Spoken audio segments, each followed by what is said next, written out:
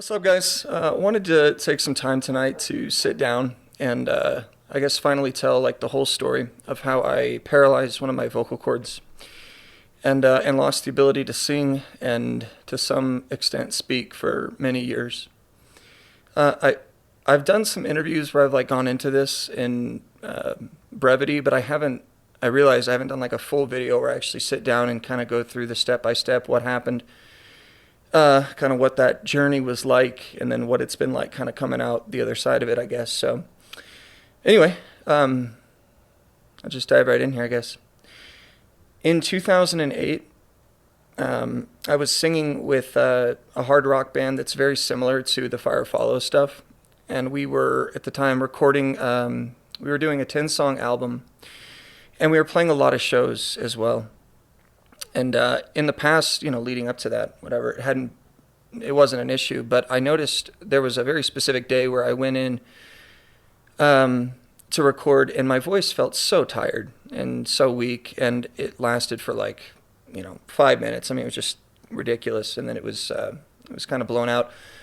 So I assumed that I had just been overusing it, needed to take some time to let it rest, and it became obvious really quickly, just like in a matter of days or weeks, that something was wrong, because not only did it not come back, but it got progressively worse, and it deteriorated so quickly that it obviously freaked me out.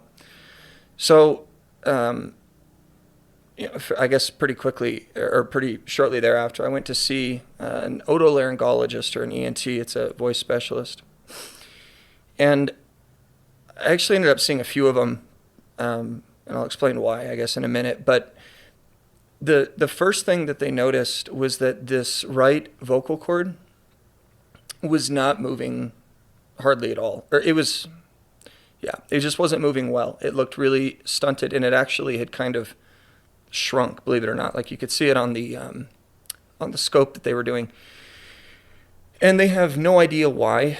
I think it's idiopathic is the word that they use to describe it. But it's basically, it could have been something as simple as like a cold, where, you've got a cold virus, it normally passes through your body, but on rare occasions it can settle on, I think it's called like a fucking doctor over here, settle on the laryngeal nerve. And if it does that, it can cause some issues with the vocal cords, especially that right one, I guess. So anyway, they saw that, but the other issue is that I've got Tourette's, and it sort of comes and goes. At times it's worse than others. And whenever you've got like a neurologic issue like that, it can just do a lot of weird things. And so when you take this like vocal cord paresis or paralysis, which kind of just came out of nowhere, and then you also add something like Tourette's, which is, obviously the neurologic side, it can get really messy really quickly as far as trying to diagnose like what exactly is going on. But either way, the net result of that was that I had completely, we're talking like weeks, my voice was gone. Like, I couldn't sing a single song that we'd been playing live and I'd been recording like literally a month before or something like that. So the first thing they wanted to do before they went in and started doing like surgeries on anything was this Botox injection into the cords. And they wanted to do that because they thought that I also might have something called spasmodic dysphonia, which is basically just like a neurologic, like a seizing, I guess you could say, of the voice box, where it tenses everything up and it just won't let it function correctly. And so obviously I was terrified, because I was in my, early 20s at the time. Yeah, early 20s. and you just don't, you don't want anyone doing surgery on your voice, if you're a singer or not. So, but it was obvious really quickly that I didn't really have a choice. Like, it was just not working. So they went in, they did these Botox injections, and it definitely did something. Like, it calmed everything down for sure, but I didn't have like a usable singing voice by any means. Like, it was just very different.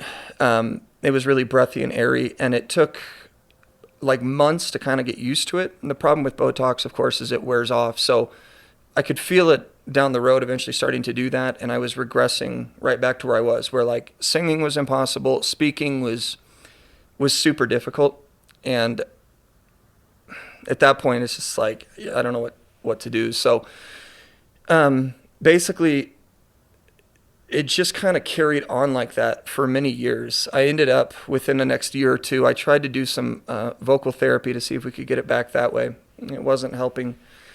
So they actually went in and did it's called, well, I don't know what it's called. It's a fat injection where they take fat out of another part of your body and they put it in the vocal cord, not thinking that it's going to make it or help it to move any better, but just that it'll make it larger. And if it becomes bigger, it'll become easier to meet with the other cord. And in theory, you can, I guess, get something workable off of that. So they did that surgery. Same kind of thing. Like it was sort of helpful for a while, certainly nowhere near like back to normal. And the fat injection they did like reabsorbed fairly quickly. And so again, just like right back to square one. Sorry, my phone's going off on me here. And so obviously, like when you start going through stuff like this, and before this, my life was basically all about music, right? We were playing shows. We were doing a little bit of out-of-state touring stuff. We'd been in a few different studios, and we were a young band, but we were really, really, we were working hard. We were getting after it. And so to sort of have this stop like overnight basically I can't even explain how bizarre and difficult that was to sort of deal with. So during this time, I guess I'll throw this in there as well, I had decided I was going to go to college for vocal performance. I kind of dicked around for a while, and I thought, well, this band thing, all the music stuff is shut down. I might as well go to school. So I ended up going for like audio production and music business, and it was such a bizarre experience because I couldn't talk, right? Or at least I couldn't talk at any kind of volume, and if I tried to project, my voice would break. Sort of like a young boy going through puberty, it sucks. And then if you're like 23 or whatever and it's happening, it's even worse. So that was just really fucked up. But, got through a couple years of that. And then throughout this entire time, so like we're years in at this point, like a couple years in at least, maybe more. I'd been consistently working with a bunch of different speech therapists and doing all of these like, they kind of seem like silly little exercises, but you're just trying to rebuild stuff, and it just wasn't working. It didn't make any sense because it was like it just literally felt like it disappeared, right? It was so sorry, my dog's distracting me again here. It was almost like it wasn't real. It was just like, how can something that was there just overnight be gone, and then there's no way to pull it back together with no known cause. It just something happened, So, after a few more years of that and just kind of, I guess falling into like, I guess what would be like a deeper depression or whatever, just hopelessness, or close to hopelessness. I decided that the last thing they can do is this permanent prosthetic implant that they put into one of the vocal cords. And it's obviously risky, especially if you're a singer, because they're augmenting the shape, everything is going to be different. But if you're 3-4 years in, and I'm still kind of engaged in the music scene a little bit, like certainly not to the same degree, but I was still very hopeful that someday I would be able to sing again and kind of get back on the track that I was at the time. So we went ahead and did it. Every time they would do one of these like injections or these surgeries, you'd have to take like a month or so off of speaking, so just pure silence, which was actually, I don't know, of all people, I don't think I mind it nearly as much as most people would. So we did that last surgery, took the month off, came back. I was so hopeful. I was so like, this is going to be it. This is going to work. I'll have something to work from, and it was fucking worse. It was like, I don't know how to explain it. It felt like if there were some neurologic issues that had sort of taken over my voice box, like it had seized up. Like I could barely get sound out most of the time. Again, just such a strange like feeling or such a strange experience. And so that's a hopeless pit of despair at that point, because that's the last thing that they can do is this. And I forget what, again, there's all sorts of different names for these things, but it's basically a prosthetic implant into one of the vocal cords. So I was beyond bummed out, to say the least, and still was kind of going back and forth doing some of the therapy stuff. But if I'm being honest, like I had no faith that it was gonna work. Like, cause I'd done thousands of hours of work at that point, and nothing was doing it. It just wasn't coming back. So this whole process went on for probably 5, 6, 7 years, something like that. It's a little bit tough to tell. But after they did that last procedure, I remember, again, doing some of the speech therapy, kind of intermittently going in and out, just super dark depression, like just feeling like life will never be what I wanted it to be. This thing that I felt like I had this really natural gifting towards, that I loved doing, that I was pursuing so aggressively, was just gone overnight, right? Total identity crisis at a young age too. Like I didn't have not that you ever would, but I certainly didn't have the tools at that time to deal with that in what anyone would consider like a healthy way, So spent a year or two after that, I guess, it's just what it is. It's a lot of isolation. Still couldn't speak that well. So, you don't want to go into public settings and sound like you're a 12-year-old going through puberty, and it hurts. It was painful to speak even at the time. So just kind of wallowed around in fucking sorrow for a while. Tried to move on and say, well, okay, maybe it's not singing, maybe it's a different instrument, maybe it's something else. And I just could never quite snap out of it enough to go into that. So I kind of just tried to step away from the music thing altogether. But I would inevitably, every few months or whatever it was, kind of end up coming back and, okay, maybe let's give it another shot with the rehab. Maybe let's give it another shot with something, right? I even, I forgot about this until the other day. I had just come out of college, but I'd saved up enough money to where there was this woman up in, well, I shouldn't even say, I don't want to talk shit about anybody. It was this woman that was out of state, out of the country actually.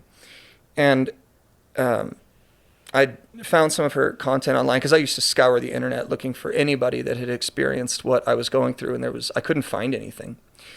I shouldn't say that. I found a few things, but it certainly, like, okay, so you got a paralyzed vocal cord for no good reason, and then a guy with Tourette's that's got all this neurologic stuff. It's like, this is not normal, right? So I knew I wasn't going to find something exact, but I couldn't even hardly find something that was even like a remote parallel for it. And I found this woman that said that she had actually worked with a lot of patients that had had things like spasmodic dysphonia, or like vocal cord paralysis or paresis. And so anyway, I spent thousands of dollars going up and spending like a week or two working with her.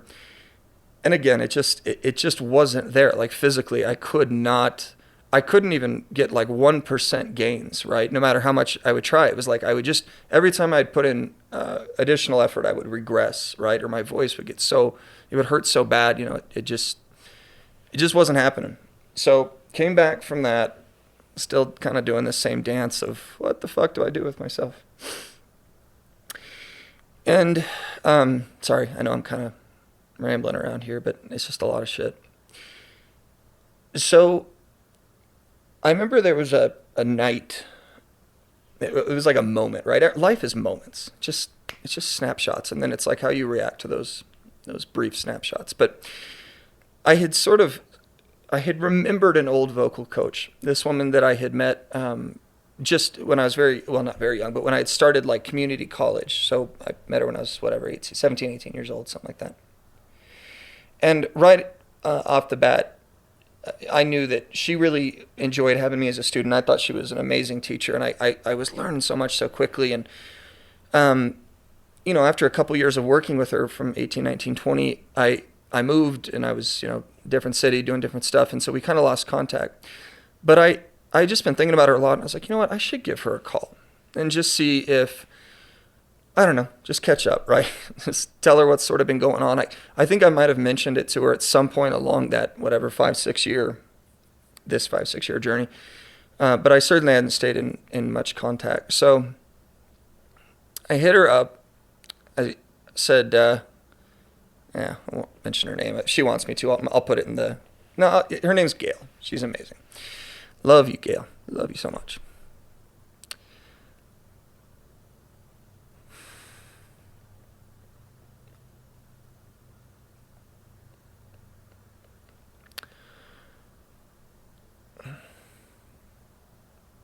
Yeah.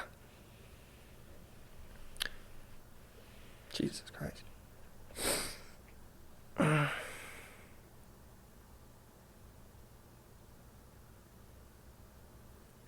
Okay. So I called Gail, and I kind of told her what had been going on. And I was like, hey, look, I remember when we used to work together, I felt like you had a really good handle on my voice. And Gail's she's a world-class opera singer. And it seemed worth it, to at least meet up with her and just say, hey, look, here's what's going on. Here's the situation, what seemed to be like an impossible situation. And can we just start working even more intensely than we used to, right? Because I would just meet with her once or twice a week or a few times a week, whatever it was back in the day. But I was like, hey, look, I'll meet with you as many times as you want. And you tell me what to do, and I'll do it. Stupid, you can tell me fucking walk on my hands, do whatever. I don't give a shit. I'll do it. And she was like, yeah, sure, let's. I remember her saying, what do we have to lose, right? Like, at least hopefully you'll be here in 5 years anyway, so why not? Let's go and invest kind of the time that you've been off. Let's just plan on investing that into trying to get it back, and we'll do whatever it takes to try to make that happen. And so I remember going down to her place for the first lesson, or if you want to call it that. It was really just me showing her how unbearably fucked up everything had gotten. But she wasn't caught off guard by it at all. She was like, yeah, no, I knew it was going to be bad, but let's go to work, right? So at first we were just trying to get sound to come out of my mouth without it being like completely locked up and completely, I had a really bad, almost like an old man quake in my delivery, that I had no idea how I was going to stop that from happening. And so we would do just, simple stuff, little breath exercises, just trying to get sound to come out. We would do maybe 1, 3, 5 scales, but sort of right in the center of where my range generally should be. just trying to get some motor patterns built into it, right? And once we started, I just had so much belief that whatever we were going to do, it was at least worth investing everything I had, right? So I kind of shelved the idea that this wasn't going to work, and I told myself, look, I had to tell myself this, actually. I remember this a lot. I would tell myself, I am healed. I'm healed. There's nothing physically wrong with me. Now, everything in the world was pointing to the opposite, but it's like I couldn't believe that. I absolutely had to believe that physically I had everything I needed to get back to where I was trying to get to. It was the only way it was going to happen. So it feels like when you do something like this, it feels like you're being kind of delusional to yourself, like you're lying to yourself. But that isn't actually what it is. It's, I don't want to get, this is a totally separate video. You're reshaping your reality, by the words you speak, by the thoughts you think. And I didn't know this at the time, but that is what I was doing.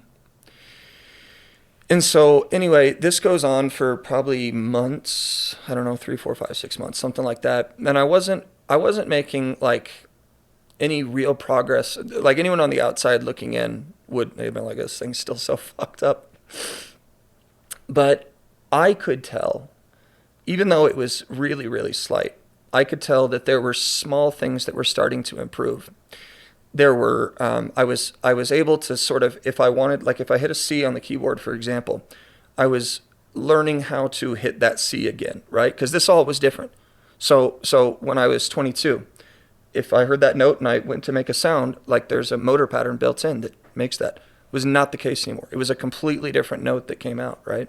And it was inconsistent as hell. It wasn't like, everything's a step up no, it wasn't like that at all. But I had started getting to a place where it was like, okay, um, I'm able to lock onto notes, not for no more than just a half second or something like that, but it was progress, right? So we worked and I would show her the things I was improving, and we would focus on those things, and we would build on it. And I mean, it was like stacking pieces of paper, it was just such small gains, but it was gains nonetheless. And again, I had just shifted everything. My focus, nothing else in the world mattered to me at that point. It was, I'm getting my voice back. We're fucking doing this. I don't give a shit. I don't care how hard it is. I don't care what kind of stupid, it just doesn't, nothing else matters to me anymore. And I mean, I could go into a billion details on like the little exercises and stuff we did, but moral of the story is that after a year or two, it was kind of back. Like, it certainly wasn't what it was before. Like, very different. My range had shifted up a lot, actually. Like 3 or 4 steps up. Like, it was ridiculous. And so I was relearning how to use something completely different, but it was becoming kind of a functional, like, singing voice. It's not something that you would go on the road with, but it was enough where I could record like little bits and pieces. I could do section by section, and it wasn't great, but it was something. And so, that was, I don't know, 3-4 years ago now. And so I'm not sure like when the point was where I felt like, okay, my voice is like actually back. And I'm honestly, even like right now as we speak, like, and this is as of March 20, what is it, like March 21st or something? I don't know, something like that. 2021, just timestamp the video here. There's still some things that I'm not sure if I'll ever get back fully, but what happened is we were able to rebuild something that was very different, but in some ways, I think it's even more usable for me, given the type of music that I'm creating and producing now, than maybe what I had before. What I had before was, the range was a little bit, I don't want to say lower, but I had more resonance down there, and it was more of an operatic kind of thing, which was cool.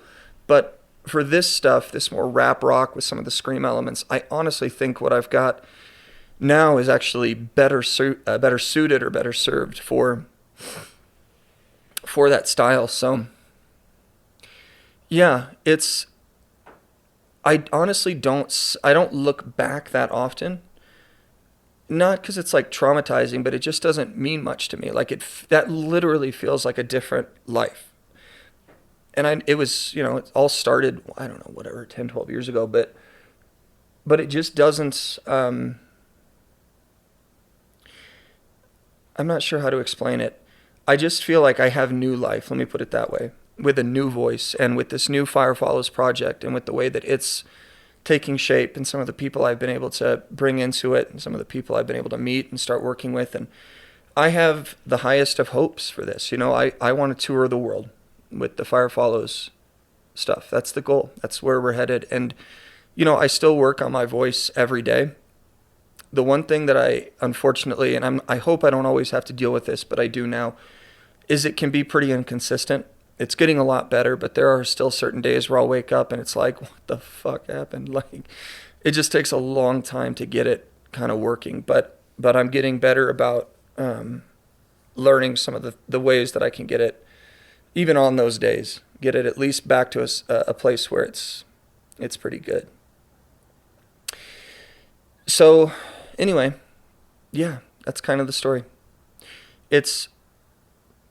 It was absolutely, I remember going through, it was the darkest thing. I would have rather lost a limb. I used to think about that all the time. In fact, I'm like, I'd do these little scenarios in my head. I'm like, would I rather lose my leg or would I rather lose my voice? And it was always my leg, right? I could lose my leg. I could lose an arm. I could lose a lot of different things, and I wouldn't have lost my passion, the thing that I was pouring my life into at the time, and the thing that I know kind of intrinsically is and always will be inside of me, which is music and songwriting and creating.